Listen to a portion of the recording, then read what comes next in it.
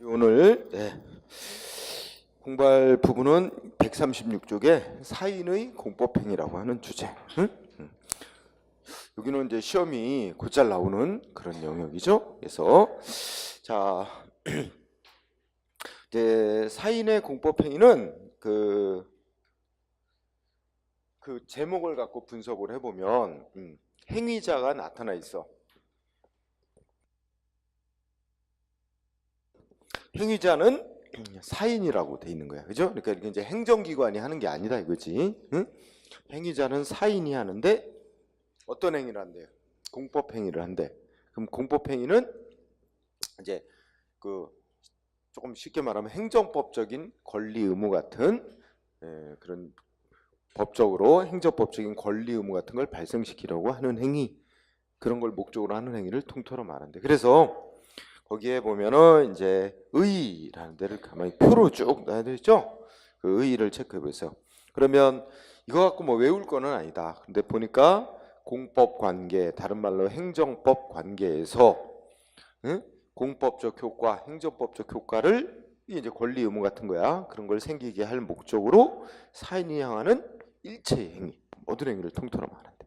그러면서 예를 들어 제일 많은 게 국민이 신청하고 신고하는 행위, 우리 일반 국민들이 행정기관에 신청 신고하는 이런 것들이 대부분이다. 이런 얘기 써 있죠. 그래서 가볍게 읽고요.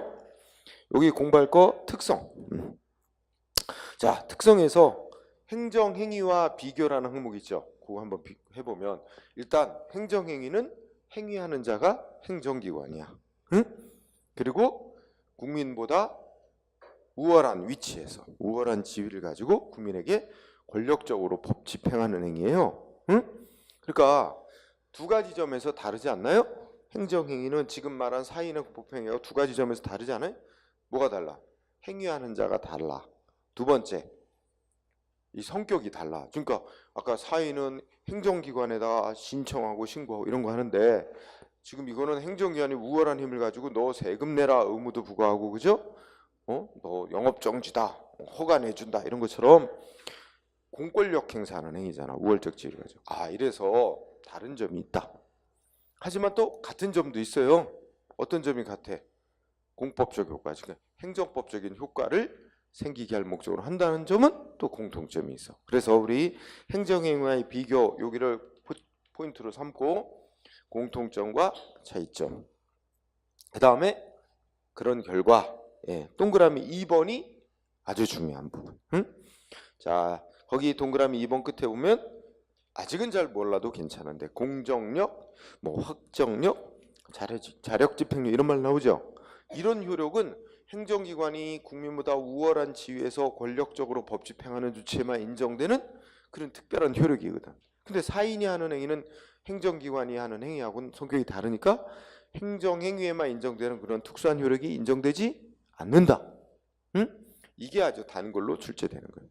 거기 써놨듯이 동그라미 이번에 공정력 등은 행정행위에만 인정되는 효력이란 말이야. 그래서 공정력이란 게 뭐야? 이거 아직 모르더라도 일단 그 동그라미 2번이 아주 중요한 부분. 그 다음에 그 밑에 좀 중요성은 조금 떨어지는데 사법행위와 비교 이렇게 되지? 사법상 행위와. 사법상 행위가 우리가 개인이 한다고 치면 어떻게 돼? 사인끼리 하는 행위. 그래서 뭐 땅을 사고 파는 계약, 물건을 사고 파는 계약 이런 게 이제 대표적인데, 이거는 행위자는 같아. 사인이 한다. 그런데 어떻게 돼? 목적이 달라. 목적이 다르죠? 우리 공법행위는 공법적 효과, 행정법적 효과를 생기게 하려고 하는 건데 이건 뭐야? 사법상의 효과를 생기게 하려는 거죠. 즉 민법상의 권리 의무 이런 걸 생기게 하려는 행위니까 목적이 다르다. 그리고 대등관계에서 하는 거고, 뭐 그런 점에서 비춰보면 개인끼리는 뭐 자기네들이 합의만 하면 어떻게 돼요? 문서로 할 수도 있고 말로만 할 수도 있고 뭐 자기네들이 알아서 선택을 하는 거야. 방식이나 내용이나, 그죠? 그런데 우리가 행정기관에 신청하고 신고할 때 뭐 내 마음대로 선택해서 할 수 있는 게 아니고 법에서 뭐 일정한 그 사항 기재하고 첨부서를 해가지고 문서를 신청해야 되는데 그렇게 법이 많이 써 있어. 그럼 그 법대로 해야지. 야, 이거 문서 말고 그냥 우리 말로 합시다. 이래가지고 행정기관하고 그렇게 마음대로 정해갖고 할 수 있는 게 아니야. 개인 간에는 그 둘이 합의하면 되거든. 그런 점에서 자, 사법상 행위와 비교할 때 어떻게 돼? 동그라미 2번. 거의 동그라미 1번이 두 개나 들어갔네. 예, 번호가 잘못 매겨졌어요. 아래쪽 1번 끝에 뭐야?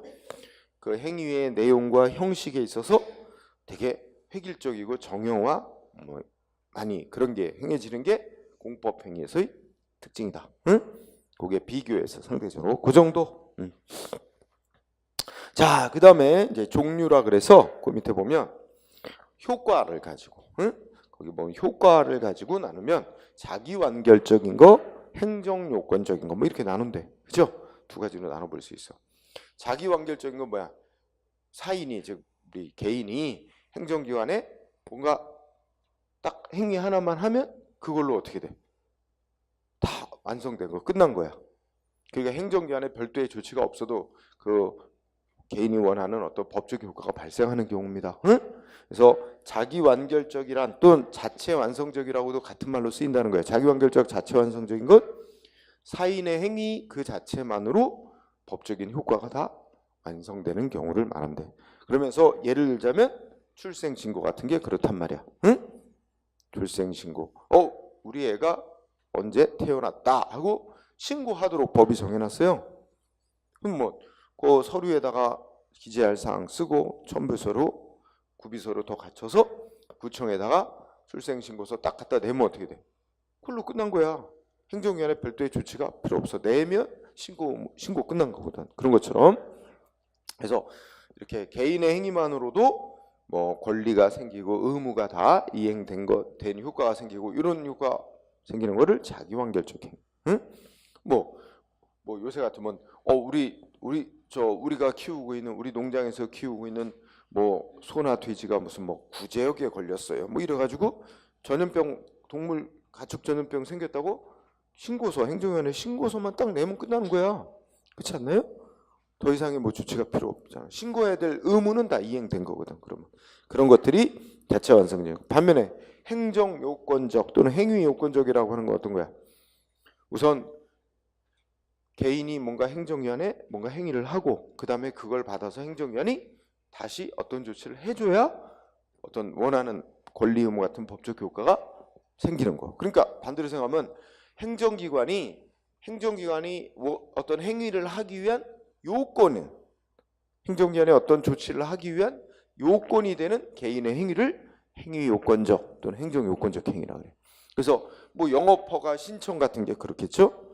영업허가 신청이 있어야 행정기관이 그다음 뭐야? 그걸 요건으로 해서 행정기관이 영업허가를 내주는 거 아니야. 응? 그러니까 행정기관의 영업허가라는 조치가 있기 위해서 그에 앞서 개인의 영업허가 신청행위라는 게 먼저 있어야 되잖아. 이럴 때 그 개인의 신청행위를 행위 요건적인 사인의 행위다 이렇게 말할 수 있다는 거죠. 그죠? 그래서 여기 아주 달달할 필요는 없고 대체적인 뜻을 좀 이해하면 좋겠어요. 자, 그 다음에 그 밑에 거 적용 법규라는 부분이 있어요. 응? 거기 이제 중요한 포인트가 되는 부분 시험에 있어서 자 적용할 법규. 그러면 첫 번째 줄 일반법 있다 없다. 그 일반법 없다. 여기 밑줄 쳐주세요. 일반법 없다는 말 무슨 뜻? 응? 우리 개인이 행정기관에 하는 신청, 신고 등 이런 행위를 하나의 법에서 통일적으로 정해놓은 법은 없고 이런 법 저런 법에 다 흩어져 있어요. 응? 그래서 거기에 일반법은 없다. 또 일반법 없다는 말 대신에 또 무슨 말이 많이 사용되더라? 무슨 총칙적인 규정이 없다. 통칙적 규정이 없다. 뭐 이런 말로도 많이 쓰이더라고. 그래서 쉬운 말로 하면 통일된 규정이 없다는 말이야. 응? 그래서 그 다음 문제 읽어보면 뭐 이런 개별법에서는 규정들을 많이 두고 있는데 예를 들어서 우리 뭐 이사 가면 뭐해? 전입신고하죠? 그러면 주민등록법에서 전입신고하는 거에 대해서 규정을 해놨고, 그죠? 아까 나왔던 출생신고, 뭐 사망신고 이런 건 또 뭐 주민등록법이 아니라 가족관계 등록에 관한 법률에서 규정을 해놨고, 응? 뭐 영업허가 신청은 뭐 식품위생법 이런 데 규정해놨고 등등 되게 다 다르게 이런 법 저런 법에 흩어져 있다는 말. 자, 그러면 그 둘째 줄, 셋째 줄 문장 읽어보면, 그럼 우리 법들에 되게 흩어져서 규정을 해놨는데 행정에 관한 법들에서 규정이 있으면 그에 따르지만 규정이 없으면 민법에 개인들 간의 행위에 관한 규정도 적용될 수도 있다. 또 다 적용되는 건 아니지만, 그래서 민법의 규정이 유추 적용될 수도 있다 하고 셋째 줄 있죠. 자, 구체적으로 살펴보자. 다 되는 건 아니지만, 자, 그 밑에 의사 능력, 행위 능력 있어요. 동그라미 1, 2번 다 공부해야 돼. 자, 동그라미 1번 뭐 나왔어요? 키워드 의사 능력 없는 자가 하는 행위. 그러면 이해해야 될 단어 의사 능력이란, 쉬운 말로 하자. 의사 능력이란 자기가 무슨 행위를 하는지 판단할 수 있는 능력이야. 응? 자기가 이런 어떤 내용의 행위를 하며 이 행위를 하면 어떤 결과가 생기고 어떤 뭐 권리와 의무, 책임이 생기는지 이런 걸 판단할 수 있는 능력. 쉽게 말해 사리 판단 능력. 그러면 사리 판단 능력이 없는 상태에서 개인이 어떤 행위를 하면 그건 다 뭐다? 무효로 한다. 응? 자, 의사 능력이 없는 자의 행위 무효. 이게 키워드예요. 응? 그러면 의사 능력이 없는 상태, 아까 쉬운 말로 뭐 사리 판단 능력이 없는 상태인데 어떤 경우가 의사 능력이 없는 상태일까? 응? 응? 뭐 마약 먹고 이제 정신 나간 상태, 응? 술에 만취한 상태, 응? 그죠? 뭐 그런 상태겠죠. 응? 자, 그 다음에 두 번째, 행위 무능력자의 행위. 응? 요거는 예를 들어서 미성년자라고 생각해보자. 응? 미성년자는 아직 사회적 경험이 미숙해서 자기 혼자 단독으로 막 계약서에 사인하고 이러면 어떻게 될까요? 그 계약의 내용이 얼마나 중요한지, 얼마만한 큰 책임이 돌아오는지 잘 이해를 못한 채 사인할 수도 있어요. 계약서에. 그래서 법적으로 보호자, 그 보호자의 동의가 있어야 응? 그 계약을 완벽히 유효한 계약을 맺을 수 있는 거 봅니다. 그래서 미성년자가 잘 모르고 덜컹 혼자 계약을 했어. 그런데 보호자가 그 계약에 동의를 안 하면 그 계약은 언제든 보호자든 뭐야 그 미성년자든 언제든 취소할 수 있는 거로 해요. 응? 그래서 말하자면 그 사회적인 약자를 좀 보호하려는 제도가 이게 이제 행위무능력자 제도로 하는 거예요. 응? 그래서 요새는 행위무능력자라는 표현을 안 쓰고 제한능력자라고 하는데 어쨌든 자, 동그라미 2번 행위무능력자의 행위 어떻게 될까요? 응? 원칙 보호자 동의 없이 뭐 계약했다 언제나 취소할 수 있다. 응? 취소할 수 있어요.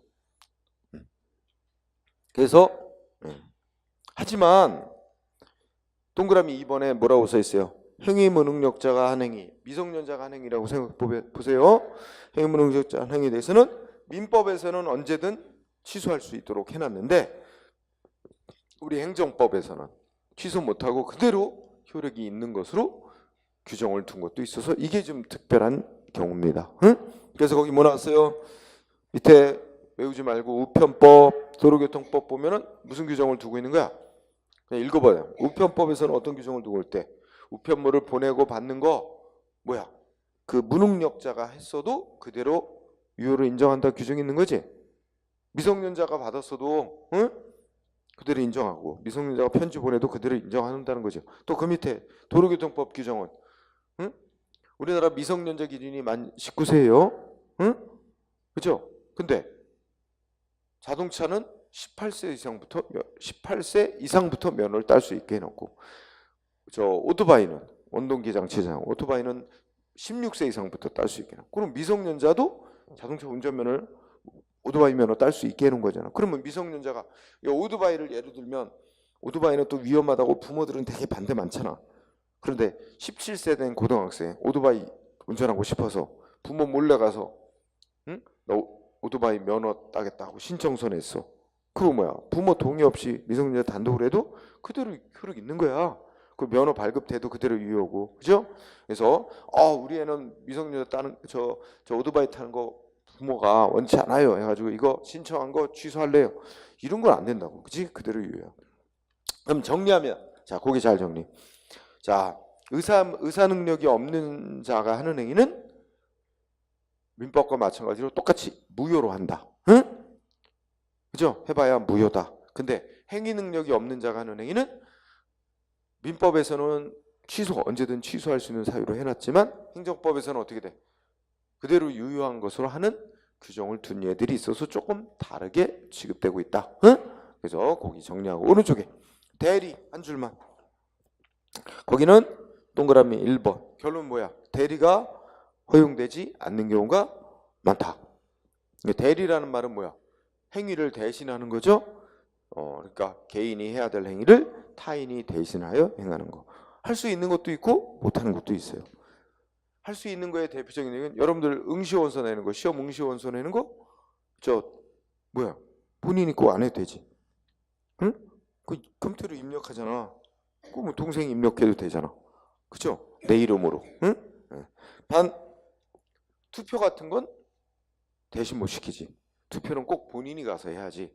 내 대신 누구한테 투표해달라. 누구 대리할 수 없죠? 그런 것처럼 그래서 여기서는 동그라미 1번. 대리가 허용되지 않는 경우가 많다는 게 특징이다. 물론 대리가 허용되는 경우도 있지만 성질상 안 되는 게 많다. 그 다음에 행위의 형식, 뭐 특별한 건 없습니다. 100% 그런 건 아니지만 대부분 우리 행정관계에서는 개인이 행정기관에 신청 신고하는 거 보통 뭐로 하게 있어요? 대개는 문서로 하도록 대부분 그래요. 꼭 그런 건 아니에요. 꼭 100% 그런 건 아니지만 대부분 문서로 하도록 하고 있습니다. 응? 그 다음에 효력 발생 시기. 여기도 키워드. 효력 발생 시기 원칙이 뭐래요? 개인이 행정기관에 신청서 신고서 낸다. 그럼 언제 신청 신고가 된 것으로 인정해줘? 응? 내 신청서 신고서가 행정기관에 도달됐을 때. 그래서 원칙이 중요한 단어가 뭐예요? 두 번째 줄에 원칙적으로 도달주의. 도달이 행정기관에 도달이 돼야 신청 신고가 된 것으로 본다. 물론 첫째 줄에도 있지만 법에서 보낸 시점을 기준으로 신청 신고가 된 것으로 인정하는 규정을 둔 예도 있어요. 그걸 발신주의라고 표현하죠. 그러면 발신주의가 규정돼 있을 때는 그에 따르고 그런 규정이 없는 한은 도달됐을 때의 기준으로 삼는다. 응? 도달주의. 그 다음에 부관. 이것도 되게 잘 나옵니다. 부관. 그러니까 대리와 부관 이게 이 부분이 잘 내요 시험에. 자, 부관이라는 거는 나중에 또 배우지만 뭐예요? 개인이 행위를 하면서 자기 행위가 효력이 생기는 거 무슨 조건을 붙여놓는 거야. 무슨 조건이 성취돼야 효력이 생기도록 한다. 무슨 조건이 성취되면 있던 효력이 없어지도록 한다. 뭐 대표적인 게 조건 같은 거 붙이는 거. 유효 기한을 설정해 놓는다든지 뭐 그런 건데 개인이 행정기관에 뭐 신청 신고 등 하면서 조건 달고 이런 거 못하게 하는 게 원칙입니다. 응? 그래서 여기는 한 줄 뭐라 그래요? 부관을 붙일 수 없다. 부관하면 대표적인 예로 조건을 예로 들고 뭐 내가 혼인신고하면서 무슨 조건 달고 이거 혼인신고 지금 하지만 3개월 이내에 이혼하면 혼인신고 없던 일로 하기로 한다 이러면서 막 개인이 조건 달고 혼인신고할 수 이런 거 못하게 하는 거야. 그런 식으로 하면 행정이 너무 복잡해지고 전 국민 대상으로 하는 행정이 너무나 복잡해져요. 행정은 딱 획일적으로 막 이렇게 똑같이 처리해야 되는 게 원칙인데 그죠? 자, 그래서 부관 붙일 수 없다. 그 다음에 내가 행정기관에 신청서 신고서 냈는데 다시 물를 수 있을까요? 고치고 물를 수 있을까? 있긴 있다. 행정기관이 내 신청 신고를 받고 법적으로 처리하기 전까지는 신청했던 걸 물를 수도 있다. 취소 처리할 수 있다. 그죠? 그래서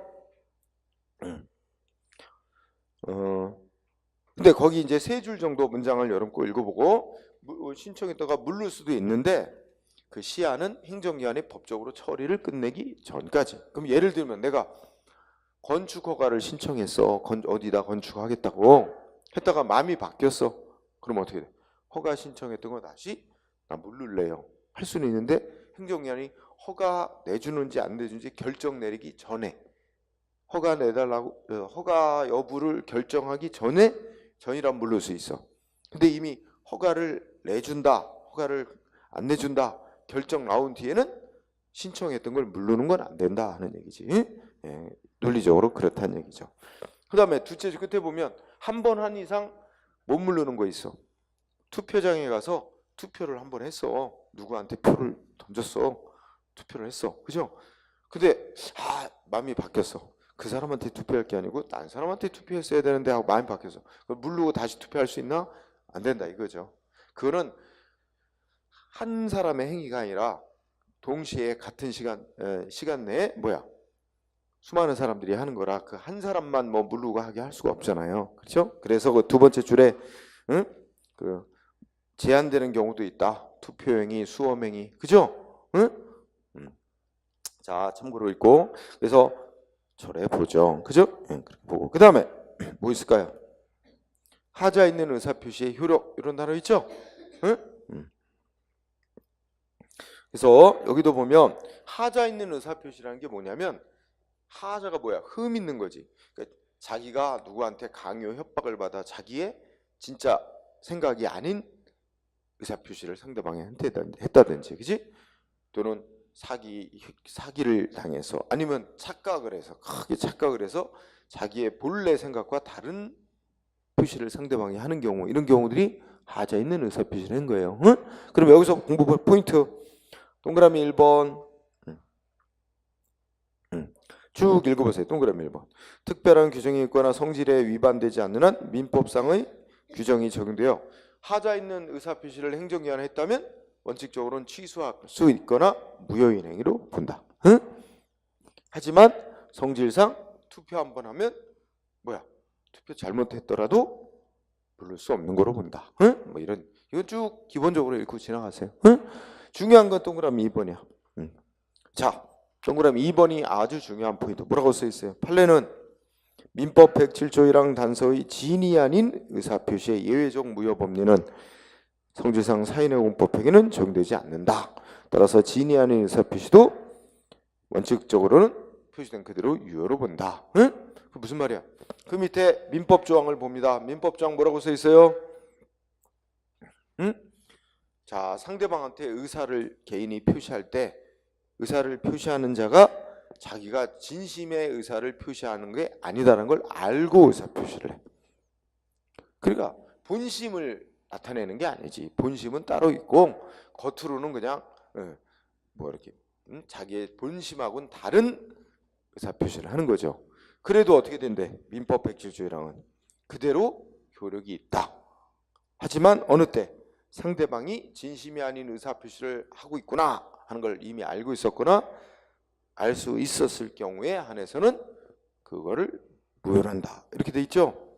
그런데 우리 개인이 행정기관에 진심이 아닌 의사표시를 해. 예를 들면 혼인할 생각이 없으면서 누구랑 진짜로 혼인할 생각 없으면서 누구하고 결혼한다고 혼인신고를 한다든지 이혼할 생각 진짜 없으면서 거짓으로 이혼신고를 한다든지, 그치? 그러면 어떻게 돼? 그거 무효로 할까 유효로 할까? 그대로 유효로 한다는 거야. 행정기관에게 자기의 거짓으로 자기 본심과 다른 의사표시를 했더라도 그대로 유효하다는 얘기입니다. 그래서 여기 동그라미 2번 아주 중요해요. 2번 민법 그 동그라미 2번 읽으면 민법 107조 1항 단서의 규정인 진심이 아닌 의사표시하면 예외적으로 무효가 된다는 그 규정은 우리 행정기관에게 개인이 하는 행위는 인정 안 한다.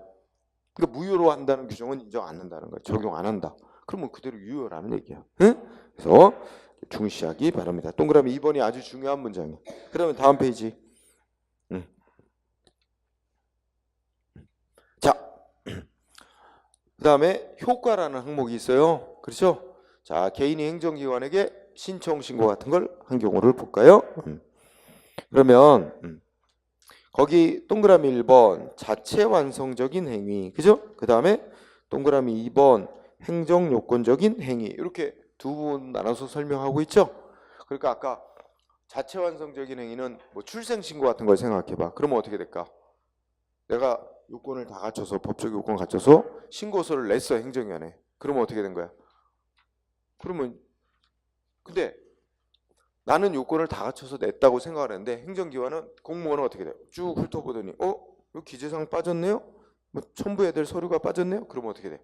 바로 거부하면 안 되고 보완을 먼저 요구하고 보완해오면 그에 따라 거부하든가 받아들이든가 해야 됩니다. 그래서 거기에 자체 완성적 행위 보니까 동그라미 니은번 보세요. 뭐라고 돼 있어요? 니은번 적법한 형식의 적법한 요건을 못 갖춘 신고서가 제출되면 행정기관은 지체 없이 상당한 기간을 정하여 보완을 요구해야 되고 보완 안 해오면 그때 되돌려 보내야 된다. 이렇게 돼 있죠? 동그라미 2번. 여기서 중요한 건 보완 요구가 가장 먼저 있어야 된다는 거죠. 응? 그러면 동그라미 2번에 이번에는 행정요건적 행위로 뭐 영업 허가내달라고 신청하는 거 생각해 봅시다. 그러면 역시 허가내달라고 신청서 들어왔어. 여러분들이 공무원이야. 뭐부터 해야 돼? 신청서 검토해보고 요건구비가 안 됐으면 뭐부터 해야 돼?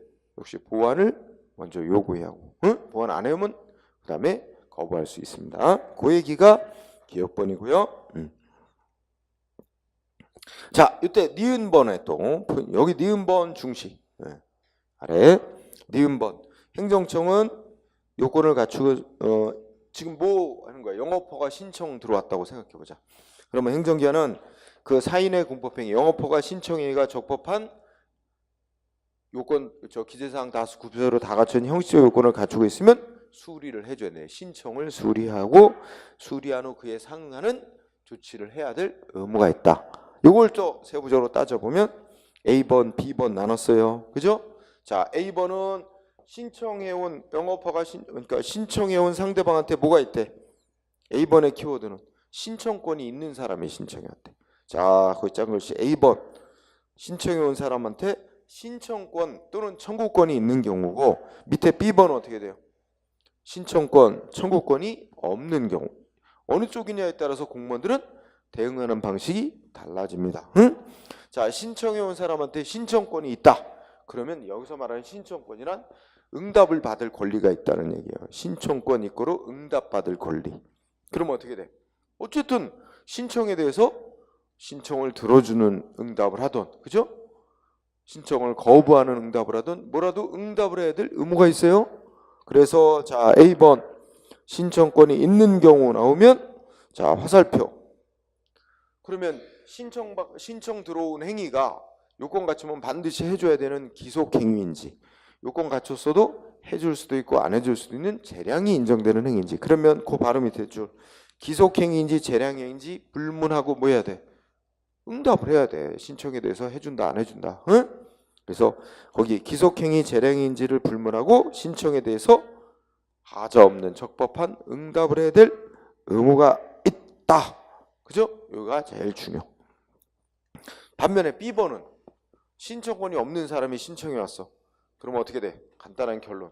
행정기관은 응답해야 될 의무 없어요. 응답 안 해도 법적으로 문제 안 된다. 응? 이렇게 정리하기 바랍니다. 그 다음에 뭐 나머지 논리는 별건 없고, 응? 그 다음에 하나의 논점 더. 자, 139쪽에 가면 사인의 공법행위의 하자와 행정의 효력이라고 되어 있죠. 여기도 정리. 자, 그러면 개인이 행정기관에 뭐 신고서 내고 신청서 내고 뭐 이렇잖아. 그런데 개인이 신청서 같은 거 냈는데 그거 제대로 요건 못 갖춘 거야. 그걸 받고 행정위원회 어떤 조치를 해? 응? 그러면 행정위원회 조치도 이게 흠이 있는 게 돼서 위법이 되고 무효 또는 취소가 되느냐 이런 얘기인데, 자, 동그라미 1번하고 2번을 간단히 정리합니다. 동그라미 1번 뭐 나왔어요? 사인의 공법행위가 행정행위 단순한 동기에 불과한 경우를 했죠. 자, 중요한 단어는 동기. 이 동기가 가리키는 뜻은 뭐야?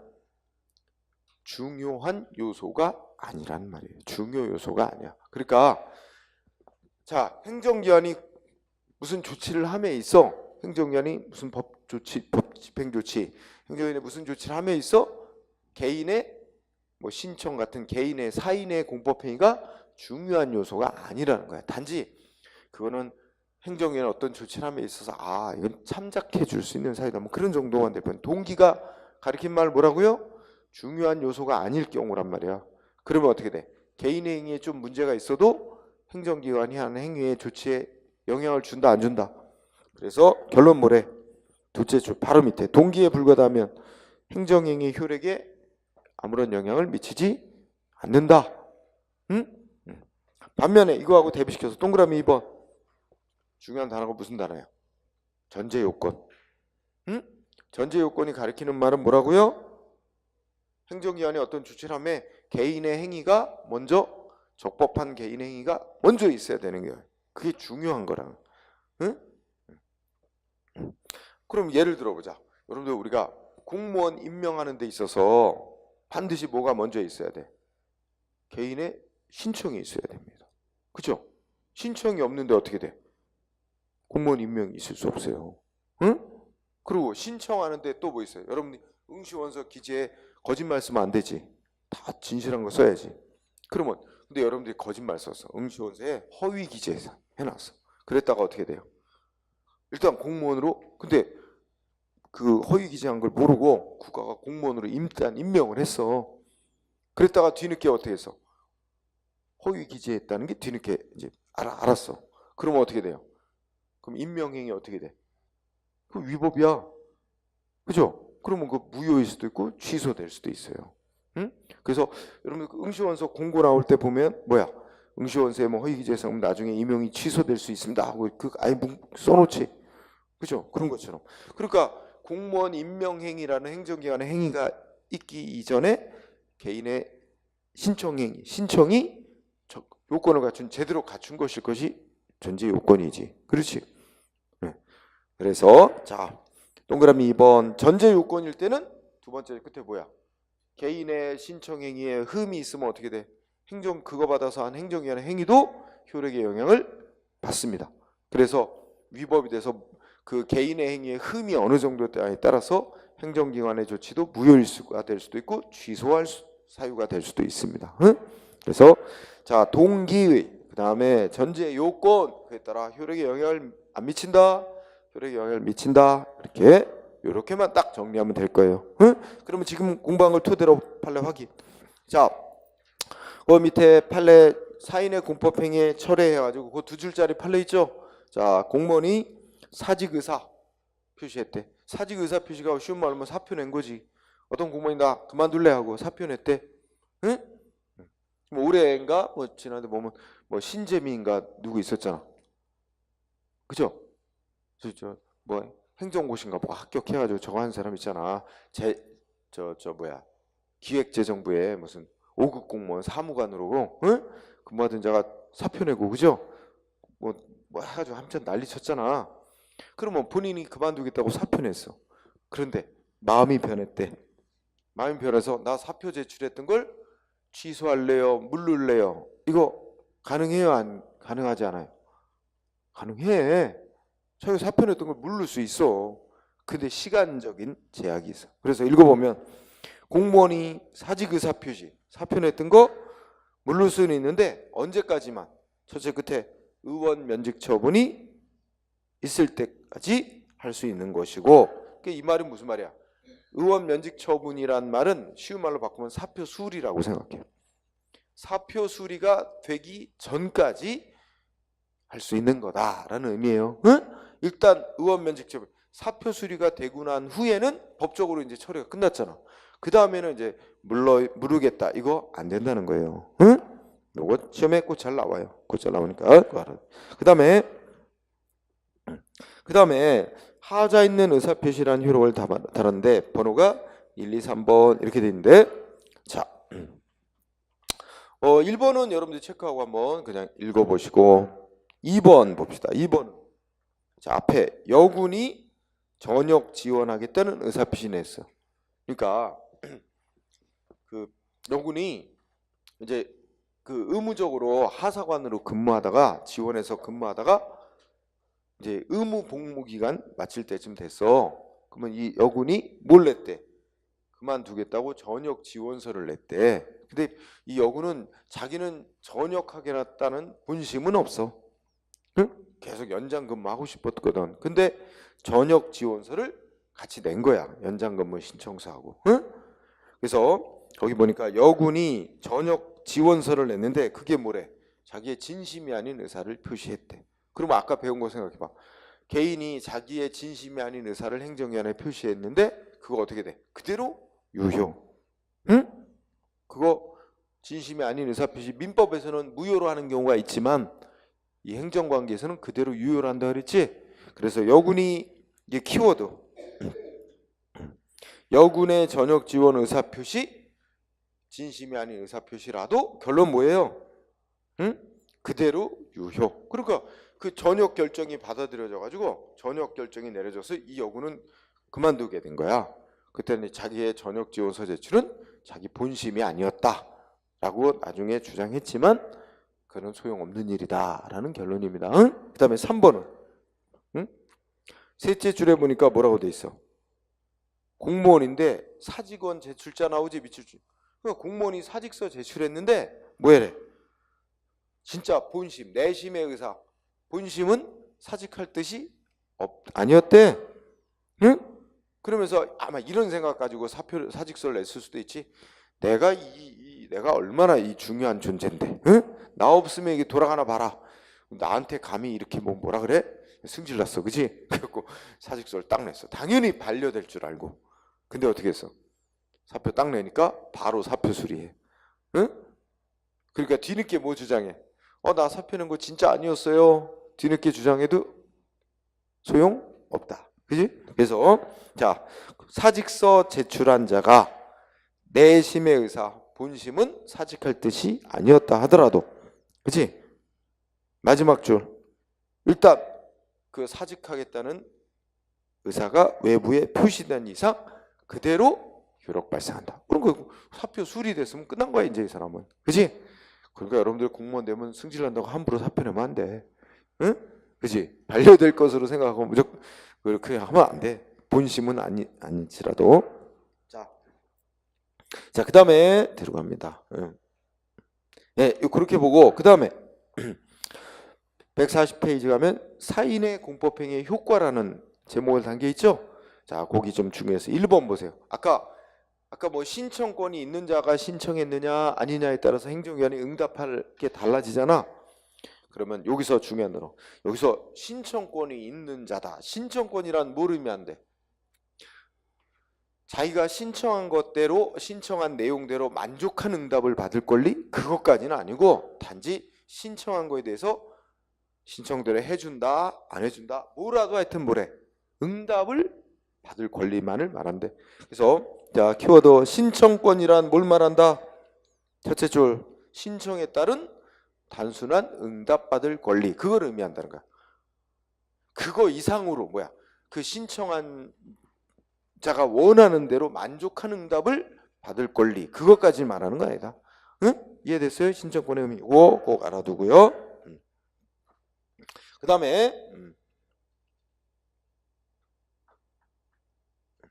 예, 여기서는 1번을 그렇게 좀 중시하기 바랍니다. 응? 그 다음에 예, 요 밑에서 4번 판례 하나 볼까요? 4번 판례. 자, 아까 뭐하고 연관되냐면 개인이 신청해 왔어. 근데 요건이 좀 미비가 됐어. 그러면 어떻게 해야 돼?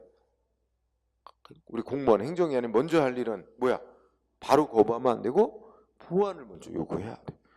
그죠? 그 보완을 그러니까 아예 이거는 보완이 불가능한 거다 이러면 이제 바로 거부할 수도 있고, 보완 가능한 거라면 보완하도록 요구를 해서 기회를 주고 보완을 안 해, 그래 기회를 줘도 안 해오면 그때 거부해도 되는 거잖아. 근데 이 4번 판례 보니까 응? 자, 뭐라고 써 있어요? 응? 자, 거기 4번의 판례 두 번째 줄 보니까 행정기관은 국민으로부터 뭐 민원 신청이 있으면 다른 법령에 특별한 규정이 있는 경우를 제외하고는 접수를 보류한다든지 거부할 수 없고, 또 민원 신청 서류에 흠이 있는 경우는 보완에 필요한 상당한 기간을 정하여 지체 없이 보완을 요구하고, 그 보완 기간 내에 보완하지 아니할 때는 또 이 민원처리법은 또 다시 재보완을 요구할 수 있으며, 그 기간 내에 보완하지 아니한 때 접수된 민원서를 되돌려 보낼 수 있도록 규정이 되어 있다 하면서, 그러면서 보완 대상이 될 수 있는 흠은 뭐래? 보완의 대상이 되는 흠은 보완이 가능한 경우여야 함은 물론 이거지고, 그 보완할 수 있는 흠 또한 내용상의 흠 또는 형식의 흠, 절차적인 요건이거나 또는 실질적인 요건, 내용에 관한 실질적 요건에 관한 흠이 있는 경우라도 민원인의 단순한 착오나 일시적인 사정 등의 기한 경우라야 한다. 뭐 이렇게 얘기를 하면서 특히 마지막 주기에 보면 어떻게 돼요? 자, 신청을 받고 뭐 예를 들어서 시장이 건축 허가 신청을 받고 뭐 했대? 밑줄 안 친 부분인데 건축 불허가 처분했지. 응? 밑에 세 번째 줄 앞머리 건축 불허가 처분했죠? 불허가 처분이 뭐 다른 말로 하면 거부 처분인 거야. 건축 허가 내달라고 신청받고 건축 허가 거부하는 조치를 했어. 그런데 거부했는데 거부하는 이유로 뭐뭐뭐를 이유를 들었대. 응? 왜 거부하는지 이유를 들었는데 그 이유가 충분히 상대방한테 보완할 기회를 주면 보완이 가능한 거였대. 그런데도 뭐 했대요? 보완 요구 안 하고 곧바로 거부했다면 뭐야? 절차 안 지킨 거야. 위법이야. 응? 그러니까 논리 단순하잖아. 우리 아까 뭐 했어요? 신청을 받고 보완이 가능하다면 상대방한테 바로 거부할 게 아니고 보완할 기회를 먼저 요구하고 주라고 돼 있잖아. 보완할 기회를 안 주고 바로 거부한 건 위법이다라는 말입니다. 응? 그러니까 여러분들이 공무원이 됐어. 기재상 뭐가 빠져 있고 구비서류가 좀 빠져 있다. 바로 거부하면 안 된다. 우선 보완을 요구하고 보완 불가능한 거라든지 보완이 요구를 했는데도 안 해오면 그때 거부하는 건 되지만 그런 논리 그렇게 해서 이제 사인의 공법행위에 관한 일반론으로 주로 뭐에 초점했어? 개인의 행정연에 신고하거나 신청하는 행위가 주된 대부분이라 그런 것을 적용되는 일정한 논리를 간단히 공부했어요. 그 다음에 주제가 그 중에서도 신고에 대해서 집중적으로 또 살펴보게 되는 거죠. 신고에 대해서. 그래서 141쪽에 사인의 공법행위로서의 신고라는 부분인데 역시 중요한 부분이 됩니다. 자, 거기는 쉬는 시간을 가지고 쉬었다가 진행합시다.